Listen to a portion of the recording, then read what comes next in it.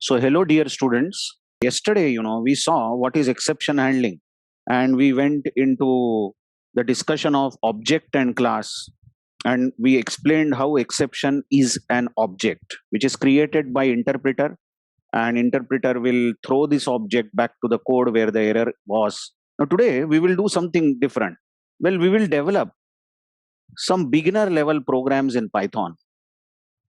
Okay? Like let's create a very simple game. This is called number. We will create a game called number guessing game. Okay, let me first describe this. This is a very simple game, but it will explain us all the fundamentals that we have learned, and we can apply those fundamentals. I mean, we have been just writing a small code in these some 12 sessions. So I want to put them together in one big Python program. So what is number guessing game? Is that program will start as follows. It will ask the operator to enter lower bound. Suppose operator enters 1. Next question is enter upper bound. Suppose operator enters, let's say 100. Now what our machine will do, what Python will do is, as the bounds given are 1 to 100, okay, the Python program will generate a random number between this range 1 to 100, some number. And you know what is random. We won't really know which number will be selected. Any number might be selected by Python. So let's say X is random number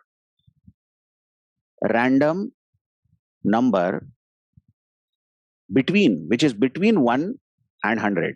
Let's say that this random number selected, let's say, is 42. Just imagine. Okay. But now what user has to do, who is playing the game, is that this X is suspense. This X has been decided by Python using this random number generator. And now user has to guess this number. What was that random number? It should be surely between 1 to 100. That user knows, because user has given this range.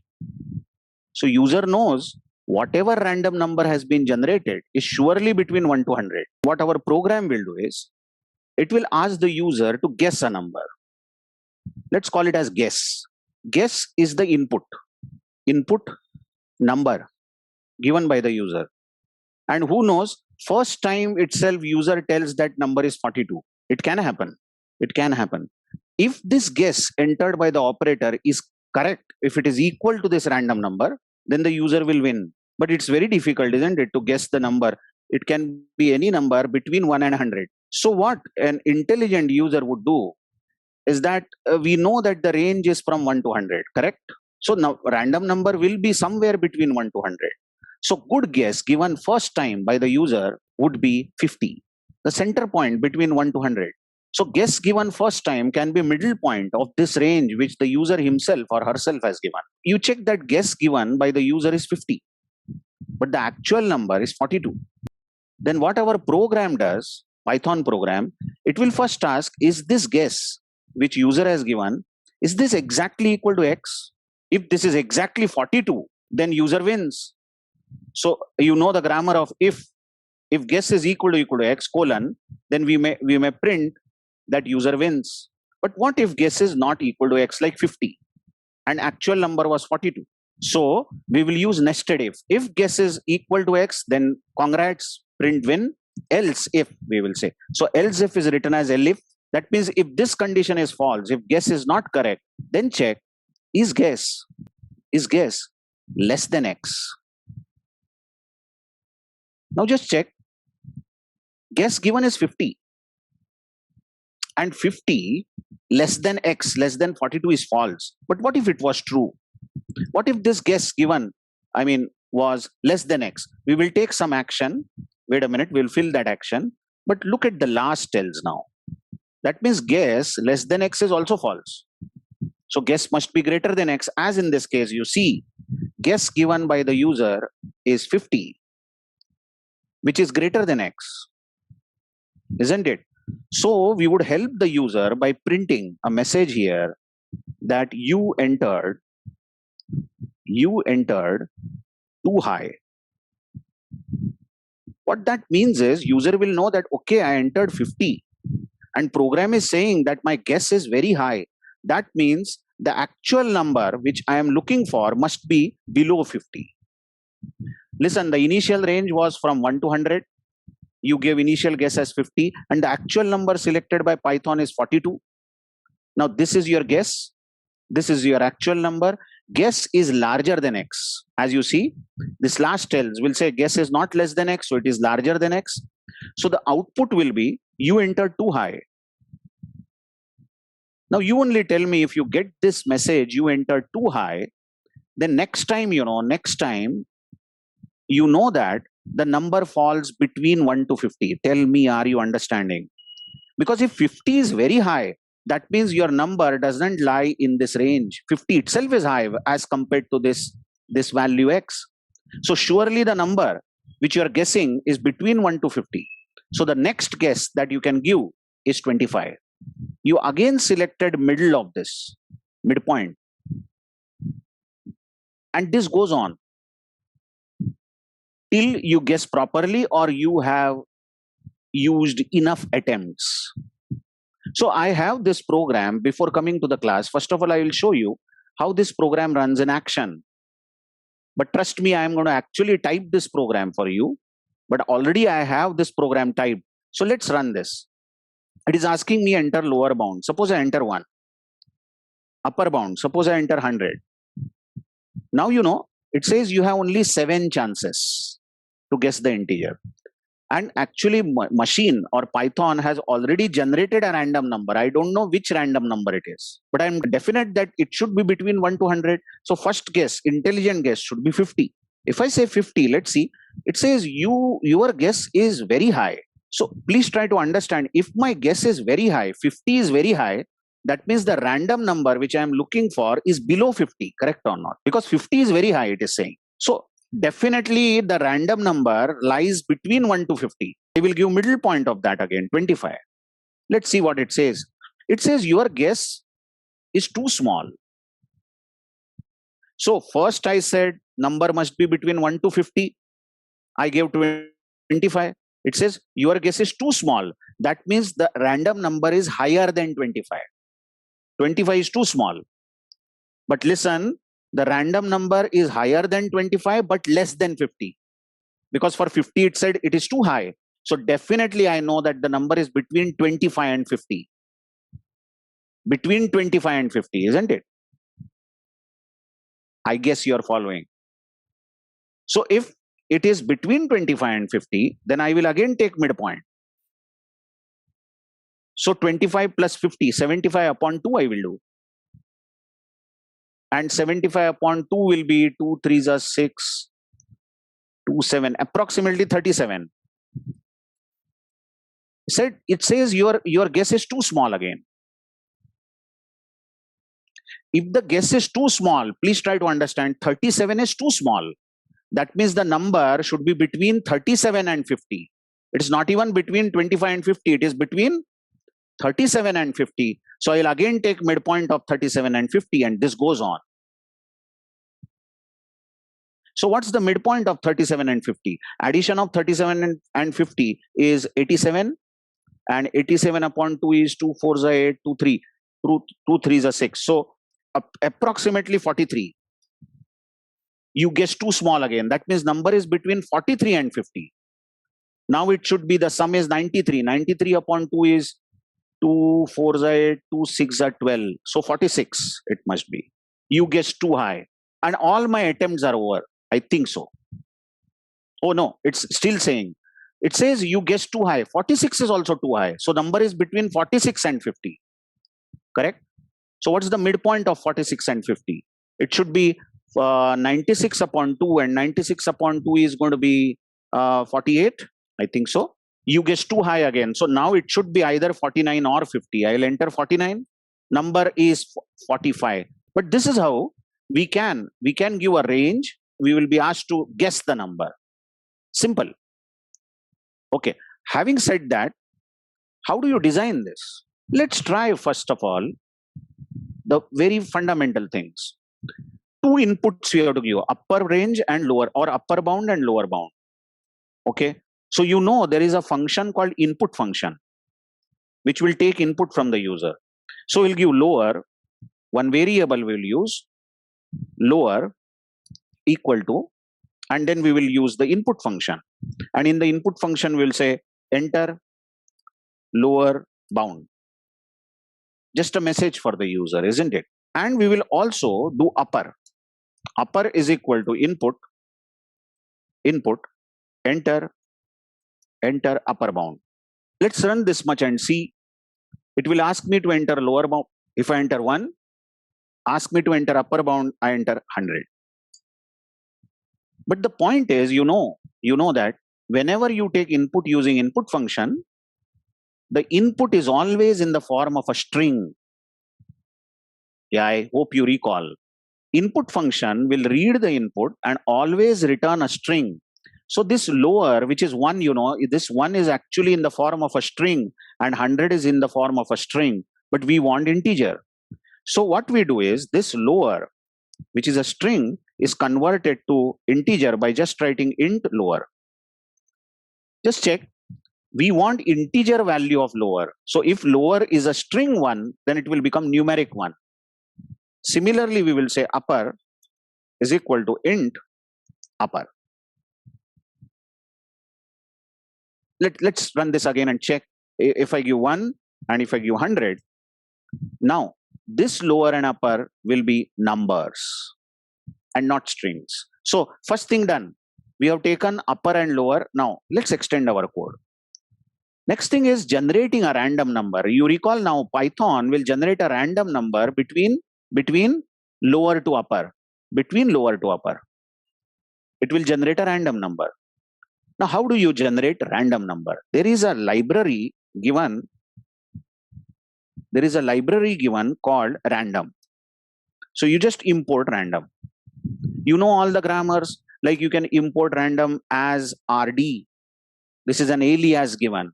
But let's not give alias. It's okay. Random is a very small word. This random module, this is known as module. You are importing a module, contains a function called randint, which gives a random number. Let's do some practice on this random, okay? And then we will come back to our main code. Just a practice. Suppose I import random and I give r is equal to just a variable random dot randint. So what I am asking this module, random module, that you call this function. Module contains functions and we call them.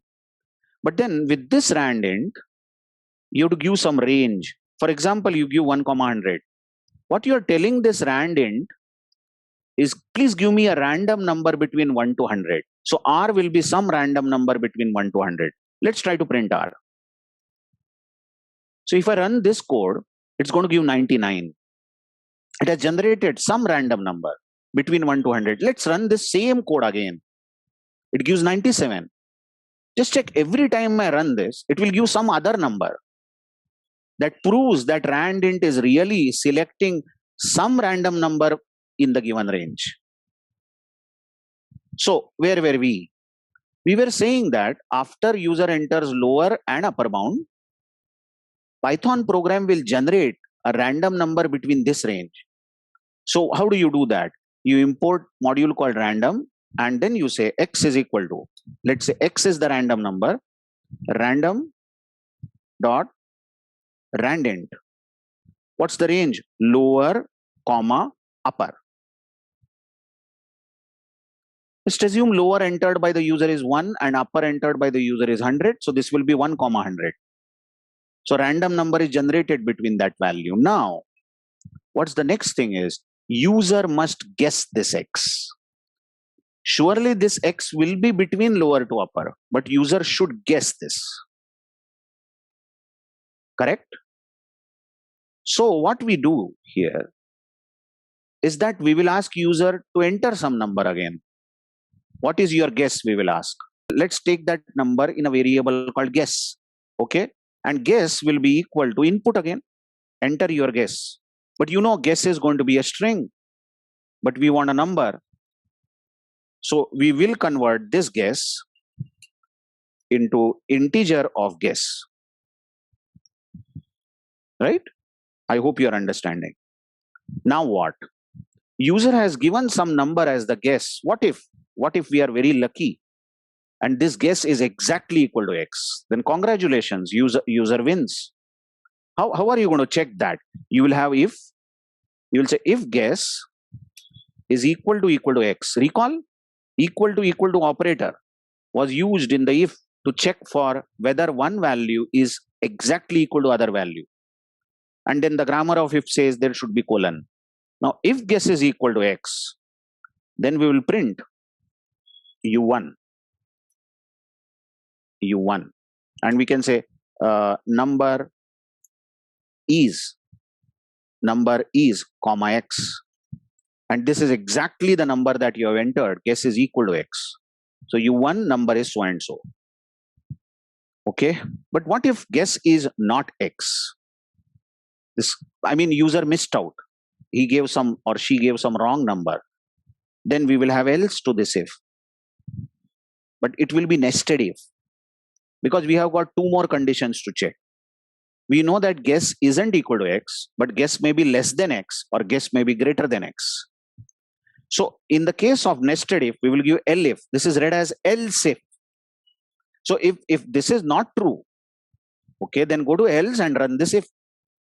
And with this if, we will give a condition if suppose guess is greater than X, let's say. So think over it. Guess is greater than X. Just think. Suppose the random number generated, let's say, is 42 and guess is 50. Guess given by operator is 50. So 50, the guess, equal to 42 is false. So user has not yet won. So this else will be checked. Now guess given is 50. Is it greater than 42? Yes. That means user entered a number much higher than the actual number. Guess given was 50, isn't it? And what was that number, random number was 42. So the guesswork done is too high. So you may say you entered too high. Okay, that can be good guidance for the user. But what if guess greater than X is also false? So you are sure now that guess is not X. Guess is not greater than X. Then come on, guess has to be less than X. So this last else need not be else if. You can say else. That's it. No condition necessary to be checked. And you can say here print you entered too low.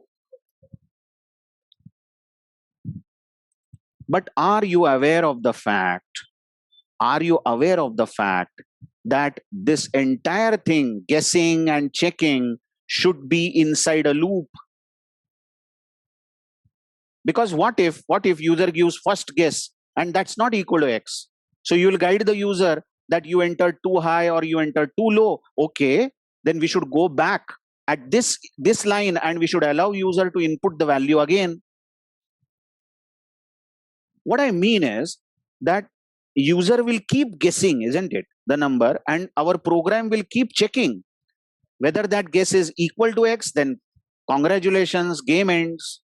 But what if it is not equal to X? Then we would either say you entered too high or too low. So how are you going to repeat these lines? You will use a loop, isn't it? You strictly use a loop. And let's say we decide that we are going to give 10 chances to the operator or to the user, straight 10 chances. So we might first print here, print you have 10 attempts, okay? Okay, just a warning for the user. Now, Now comes the question, how do you repeat? How do you repeat this 10 times? Simple, use a for loop. What's the grammar of the for loop? Say for I in range 1 comma 11, and then put a colon. What do you say? How many times will this loop repeat? It will repeat 10 times, because I have given range 1 comma 11, so it will run for all values of I, from 1 to 10. So whatever we have written in this for will repeat 10 times. Okay? But then you also remember that if you start a for loop and if you want all this to repeat, then this should be inside. It should be indented. So meanwhile, what I mean is that all these lines need to be indented, isn't it? Because we want these lines to be executed inside the loop. So I'll just indent all these lines. And now you see there is an if here. And if has a colon character over here. That means this line print must be indented. And now you watch, this else if must be below this if, exactly below this if. But then there is again a colon here. That means this line print must be indented. And finally this else should be below this else if. And this print should be indented. This will run 10 times, isn't it? But there is a hack here. There is a hack. What if user guesses correct number? Correct number. Then you are congratulating, you won, and you want to stop the loop. I mean, it's not that always the loop should run 10 times, isn't it? Who knows? User does 4 attempts and in 4th attempt, user guessed the number correctly. Then you would like to congratulate the user and break the loop. Then there is a statement called break in Python. What break does, okay, we have said hello for loop, you will repeat 10 times. But here you say, no, hello for loop, you better break. Don't repeat anymore, because we have got a favorable condition where the game is over. In the worst case, what can happen is that the loop might repeat 10 times and user will never get the correct guess. So this much we have written. Let's try to run it. It is asking me lower bound, I enter 1, upper bound 10. Let's play with smaller range. So you have 10 attempts. 10 attempts are a lot, because actually now I can enter guess as 1, 2, 3, 4, 5, 6, 7, 8, 9, 10. What do you say? One after the other. 10 attempts is a lot for the range 1 to 10. Anyway, so some random number is generated. I will enter 5, the midpoint. It says you enter too high. 5 is too high. So the number should be between 1 to 5. Okay, let me try 2. It says you enter too high. That means number now should be between 1 to 2. So the number will be 1. You won, the number is 1. Correct. Okay. So we are now applying whatever we learned by discussing such beginner level games or beginner level programs. And it will be good if you also do some part on your from your own side, where I am going to give you one such work today later in the lecture, so that you can just try that in the week's time. Okay, let's do some improvements over here in this program.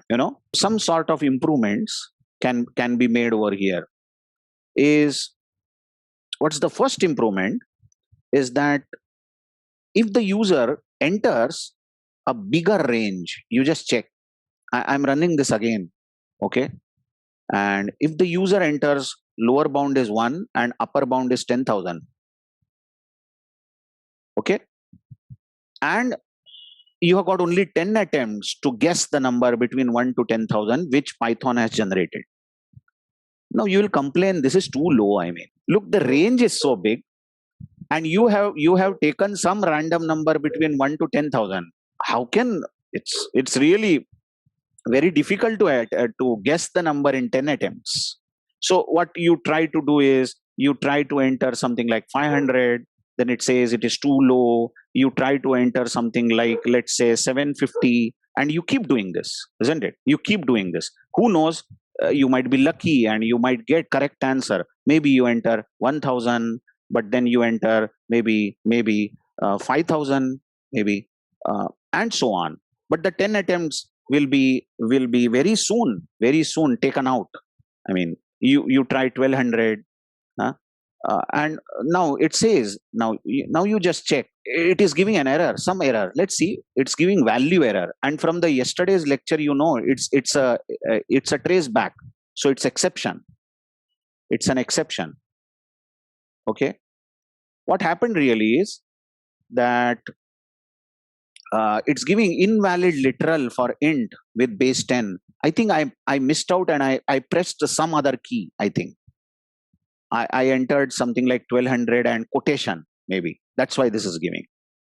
So this is not a serious error. But what I want to say is that it's too bad that we are always giving 10 attempts. If the range is very big, you should give larger number of attempts. And the most silly part was when I entered the range as 1 to 10, 1 and 10, it still gave me 10 attempts. I mean, that's too bad. This is so simple in that case. And the height is, if I run and if I say the range is 1 to 5, that's it. So random number is between 1 to 5 and it is giving me 10 attempts. So silly. I mean, now what to say? I will enter 1, then 2, then 3, then 4. Isn't it so? Oops, what happened? I think some key is getting hit here by me. Something, this has become markdown, I think. This code has become markdown. I'll just change it to code again. So I hope you have got the discussion over here. It should not be always 10 attempts. Okay, let's have a discussion over this. I'll use some other empty page. Just check. If the bounds are 1 to 10, just imagine 1 to 10 is the bound, then these are the numbers from which you have to guess, and one of them is random number which Python has selected. Okay, then what should be the number of attempts that should be allowed to the user? Number of attempts should be log of 10 to the base 2. Should be log of 10 to the base 2. Think over it. Log of 10 to the base 2 it should be. And you know, log of 8 to the base 2 is 3. 2 raised to 3 is 8, isn't it? And we are just checking what is log of 10 to the base 2. Log of 10 to the base 2 should be somewhere around 3 point something. Bit higher than 3. 3 point something. So we will give only 3 attempts. Or 4. 3 or 4. That much is enough. I mean, nearest integer we will give. How come? This is so simple. I mean, just check. Why this? Why this formula? Range is from 1 to 10. You know, we will select, I mean, as an intelligent user, we will select 5 first. Okay. And just imagine that the random number generated is 1. So this is the correct number. And first time we guess 5. Okay, let's count how many times we failed. That is attempts. First attempt we have done, we selected 5. Our program will say this is too high. As this is too high, we know that our number doesn't fall in this range. Correct? It should be between this range. So we again select the midpoint. Midpoint is 3. So we have made second attempt 3. When we select this is also too high, program will say. So we will again select the midpoint. Midpoint is 2. Third attempt we have done. But our program will say this is too high. Now you definitely know if this is also too high, then 1 is the correct answer. How many attempts you made? 4. And that exactly is log of 10 to the base 2. Bit higher than 3, that is 4. I mean, 4 attempts are enough. Why do you need 10 attempts? Because every time you are having a set of numbers, and that set of numbers you are breaking it into 2 groups. Observe, you are breaking it in 2 groups. So if you have got some list of numbers, how many times can you break it into 2 groups? Again, you ignore this group, you again break this into 2 groups. You can do this only log of number to the base 2 times. So, but then how do you implement? How do you do this log of some number? Then let's get back to our code here, and we will not say you have 10 attempts. What we will do is we will calculate the number of attempts. Okay, we'll say attempts is equal to we will use a function called log. There is a ready-made function given by Python called log, but this is given in a module called math. So you'll get you math.log, but then hello, we will have to import math. Import this math module, and math module has several functions which you can use for finding square root, logarithm, e raised to x, so it has absolute value function, many functions. So whose logarithm you want to find out? You want to find out logarithm of upper minus lower plus 1. Just observe this. If upper is 10 and lower is 1, then this will be 10 minus 1, which is 9, plus 1, that is 10. Correct? And you say comma 2. This is so important. Why you wrote comma 2 is because you are saying that you want to find log of this number to the base 2. This is the base. Okay? And really in this problem, we want to find log to the base 2 here. So what if this lower given is 1 and upper given is 100? Then this will be 100 minus 1, which is 99, plus 1, which is 100. So you are finding log of 100 to the base 2. So you can then print, you have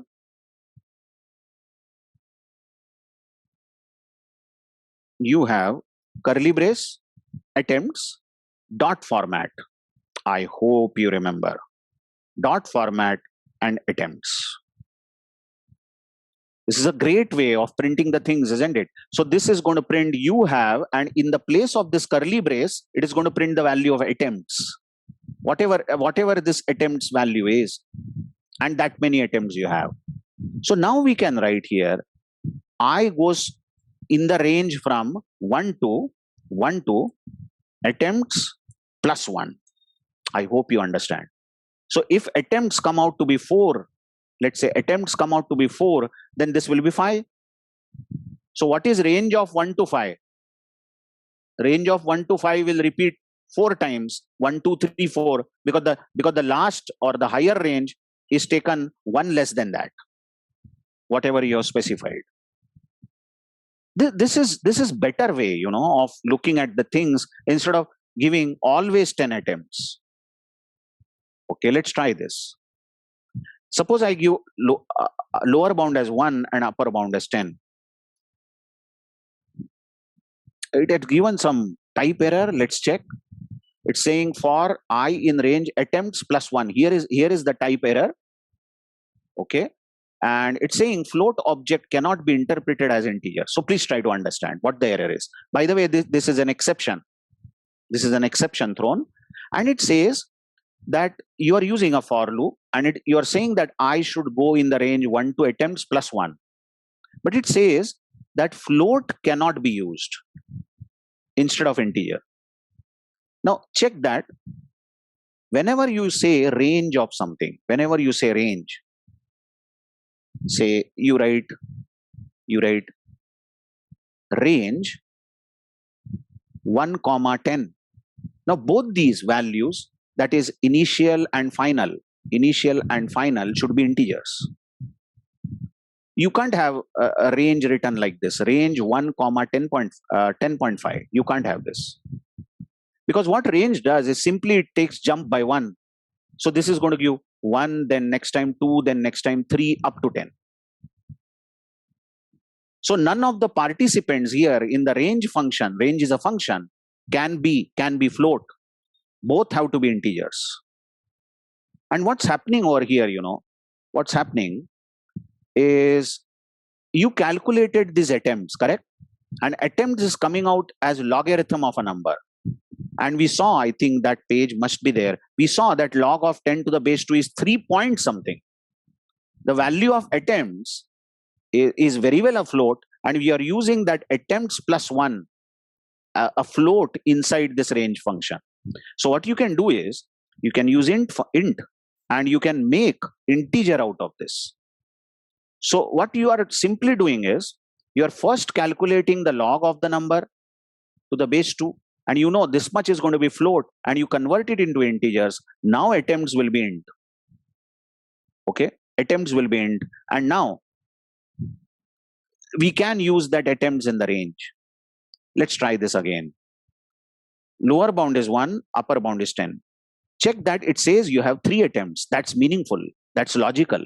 So first guess I give is 5. You entered too high. So if 5 is also too high, let us be more intelligent. If 5 is too high, then the number should be between 1 to 4. Why even 5? 1 to 4, isn't it? So let me try 2. It says you entered too low. So now the number should be definitely between 3 to 4, isn't it? Between 3 to 4. So let me check 3. Yes, I won. Okay. So this is much better way of allowing the user with particular number of attempts. So what you are trying to learn here is that in the first few lectures, I explained how to take input. I revised it. I also said input always return string. So you convert it into what form you want. I revised it. Then I also said how to write a for loop which repeats some number of times. That we have revised. We had learned something called if. And what if we want to run multiple conditions? If a condition is false, check some other condition. If that is also false, check some other condition. We call it as nested if. We wrote that. Don't worry, I will share this notebook with you. Okay. And this is how we have written number guess game. So after discussing this, let's continue developing something more. Okay. Some other program we will take. I'll just erase all these slates. Okay. Let's try to develop something called text-based game. Okay. I mean, some questions will be asked to the operator, and operator will react with yes or no, something like that. Okay. So I found this text-based game on Google, one of the websites, Geeks for Geeks. Okay. Now, what is the game you see here? There is a scenario like this, that some stranger knocks my door. Okay. And obviously I open the door. I opened the door. The game has not yet begun. This is just a description. Okay. Now, after opening the door, the stranger asks permission to enter my house. And somehow I found out that this stranger is a thief. Okay. Stranger is a thief. So stranger is asking permission to enter my house. Okay. So here starts the game. Can I enter your house? Is the question asked by the thief to me. Now there are two options I can have. I can reply answering yes, please enter, or no, don't enter. Okay. Let's see what will happen if you enter yes. Okay. So if you say yes, then thief has entered your house, but after few minutes, police visits my house, and asks, so here is the another question, and asks, is thief hiding in your house? So this was the first question asked by thief. This is the second question asked by police. Now you can have either of the two. You may answer yes, or you may answer no. Okay. What if you enter yes? Then you are helping the police. You are helping the police to catch the thief, and the thief gets caught. So you won. You are a very faithful citizen. So you won here. But what if you say no? Although you know that the person is thief and you are helping the thief, you are saying no to the police, that thief is not hiding in your house, then go to jail. I mean, you will be also jailed. I mean, you means I. This is game I am playing. I will be jailed, and of course, thief will also go to the jail. Okay, come again over here. Thief is asking you for a permission to enter the house. What if you say no? Straight away you reject. You can't enter my house. Okay. Then it is possible that thief knocks you or hits you.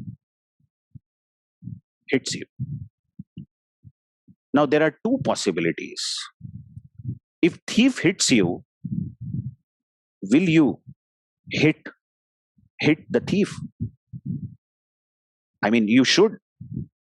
There are two possibilities. You may hit the thief or you may not. Now, if you hit the thief back and knock him down, you defeat that thief, then you won. But if you don't hit the thief, then you lost. I mean, something like dead. Sorry. But thief hits you and you don't hit him back, then you are dead. So there are four possibilities here, four outputs, depending on the question and the answers you give. Okay, I already have the code here. I'll just run the code and show you how the game behaves. This is the code. Here starts the code, and I think, I have taken it from geeksforgeeks.com. I made small changes, a very, very few changes, because the code was already very nicely prepared. Okay, so I'll try to run this. Just check. You are asked the input here. The question is, welcome, the game starts. Someone knocks your door and asks for permission to enter your house. Will you allow him to enter your house? Yes, no? So let's say I say yes, I will allow. Okay. The answer given by me is yes. So I will allow that person. Now, few minutes later, the police visits your house and asks you whether the thief is in your house or not. What will you say? Yes or no? Suppose I say yes. Then congratulations, I won, because I am faithful and I have served the police. So you won the game. You helped police to catch the thief. Let's try to run this again. The same code. Let's say, welcome, the game starts and somebody is asking for permission to enter your house. Suppose I say no, don't enter my house. Okay. Then the thief is trying to kill you. Will you hit him? Suppose I say no, I won't hit. Obviously, sorry, thief killed you, game is over. So how do you design this? I mean, just check. Although I am calling it as text-based game, but have you noticed that the user is going to enter only yes or no? That's all. We will print many messages for the user, but user will input only yes or no. Correct? The point is, he might enter yes as YES, or he might enter yes as Y. Again, he might enter capital Y, small y. So we should be ready with all these sorts of inputs. So what we will do is, we'll make a list. The list will be like this: yes answer, some list name, yes answer is equal to, I'm making a list, and I'll say Y is a yes answer. Capital Y is also a yes. Okay. Then YES is also yes. And yes is also yes. So any of these responses given by the user will be considered as yes. And I'll make one more list, no answer. Okay, yes answer, no answer. Or let's improve this name. Let's say yes and no list. Okay. So what are the possible inputs given by the user if the user wants to enter no? It can be small n, capital N. It can be small no or capital no. Okay. Now here starts the thing. Let's ask the user, let's tell the user that some stranger knocks your door and asks permission to enter. Okay. So print, will you say yes or no? Okay, this is the message. Fine. Now let's take the input from the operator. So how do you take the input? Let's say response is the variable, and we say response is equal to input. Correct? Input. And let's say question mark. Let's run this much. See, it's printing all this message, and it's asking for the response. Some stranger has visited. What is your response? And this question mark I have purposely printed so that user knows that we have to enter some response here. Whatever response I enter, okay, Y is the response. Okay. Now what we have to know here is, what if the response given by the user is yes? If the response given is yes, then we are allowing the stranger to enter the house. Correct? So what should happen then? Let's try. If response is equal to Y, correct? Or you remember this operator, you can write this as or. Response is equal to Y. It can be small y, capital Y, or, because you know that the user might have caps lock key on, caps lock key off. I hope you are understanding. This is becoming very difficult for us, but that's why we created that list above. These are all the possible ways in which user may say yes. The best way in that case that we can do here is, we can say if response in yes. The huge condition has become very small. This in operator we saw when we were learning list. Like I will use this rough work over here. Just check. If I have got a list like this, A is equal to 10, 20, 30, let's say, and I want to know whether 20 is in the list. So I'll just say 20 in A. If 20 is in A, this will be true. If 20 is not in the list, this will be false. So if I print this, this will print true, because 20 is in A.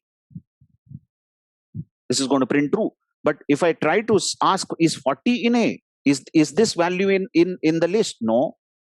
So what am I doing? Let us take response from the user. Suppose response given by the user is small y. Then we are simply asking, is this small y? Yes, response is small y. Is it in this list? Yes. Oh yes, it is there in this list. So it's a valid answer. See, the answer can be any of this.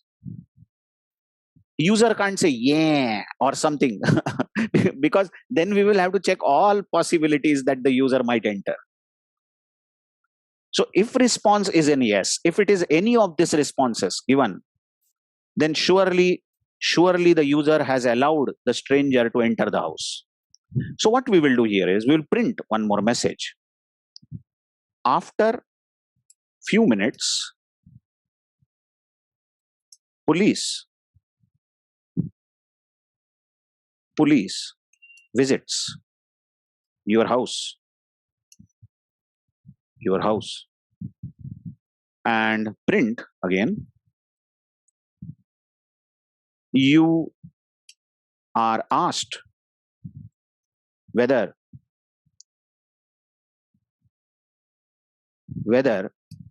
the thief is inside or not.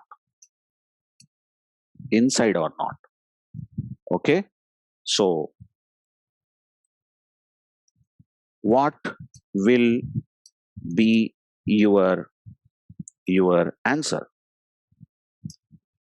Will it be yes or no? So next response to be taken, isn't it? Now, one more response we will have to take here. The first response was whether user allows the stranger to enter the house. This is the second response, isn't it? So let's call this as second response, just a variable. Okay, is equal to input, let's say question mark. Now think over this. Police is asking you, is thief inside? And this second response, what if it is yes? You said yes, then you won. Then you're one. But how will you know is second response yes? It can be either Y or Y, capital Y. So a very easy way to check is this: if this second response is in yes list. If any one of these responses given, then congratulations, you are a noble person, and you won. Okay, but what if you said no? Police was asking, is thief inside? And you said no. So second response is no. Then you go to jail. So we will put else here, else. Yeah, we don't need else if, isn't it? Because if second response is not yes, we assume it should be no. So in the else, we will say print, you go to jail. Okay. Now wait a minute. All these things you see, you have written inside this if. This is if response is yes. But it can happen that when stranger was asking you about the permission, the first response you gave is no, you can't enter. That means this if should have else now. I hope you are understanding. So what you will have to do is you will have to outdent and go exactly below this if, and write else colon. This else is else of the first if, where response is not in yes, so response must be no, isn't it? So you denied the stranger to enter the house. So what can happen now? Let's put a print. Things become serious now. Thief starts hitting you. Okay. So will you hit the thief? Will you be brave enough? The question is yes or no. Will you hit or not? So this is second response. Let's take second response. Second response is equal to input question mark. I guess you are understanding. We can use second response because either this will run or this will run, isn't it? Both cannot run. Either if part will be true or else. So we can use the same variable. Second response is equal to input. And now what? You will have to check if this second response given, was yes, then you can check, is it in yes? And now if you hit the thief back, you are brave and you won. So print, you are brave,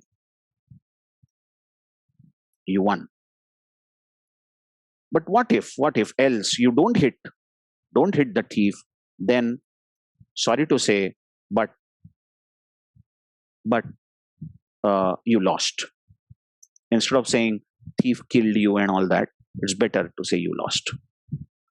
Check that all these things will run if the first answer given to the stranger was you don't enter my house, then these are the events that are occurring. All right, let's try to run this. Some stranger knocks your door. What would you say? Enter or not? Let's say I say n. Now you note this is the value of the response, and response is really in no. It is in no. So this condition will be false. The first condition, response in yes, is false. So we have landed in else. So we have denied the thief to enter the house. So obviously the next thing is thief starts hitting you. Will you hit the thief back? And suppose I say no. In that case, you lost. So what have you revised? You revised how to make the list. And then you saw, given some input, how do you know whether that input is in that list or not? This saved a lot of conditions. Otherwise, you will have to write if response is equal to small y, or response is equal to capital Y, or response is equal to small s, or capital S, isn't it? And you also saw how to use if else again. Okay, I got one more game here. Even this I have taken, I think, from Geeks for Geeks. Okay. What is the game is, there are some predefined words in my program. Yeah, I think I have taken it from Geeks for Geeks. Yeah, there are some predefined words in my program. Okay, and some random word is selected by my program. So my program will pick some word from this list. Maybe it picks player. This word is picked here. And then user is asked to guess the word. It will be one of these words, but user is asked to guess the words character by character. But only 12 turns are given. 12 chances to guess the characters. I'll first run this code. Just remember, these are the words, rainbow and all this. Let's try to run it. It first asks our name. I will enter Samir, and then it will welcome me. Good luck, Samir. Okay, guess the characters. Now you can easily see 1, 2, 3, check the dashes, 4, 5. It is a 5-letter word. It is a 5-letter word, and I can take the help of this. It can be water, it can be board, it can be geeks, because all these are 5-letter words.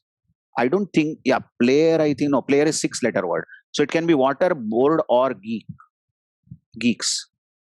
So I'll start attempting W. Okay. Okay. It says wrong. That means W is not there. W is not there in the word. W is not there anywhere in the word. Okay.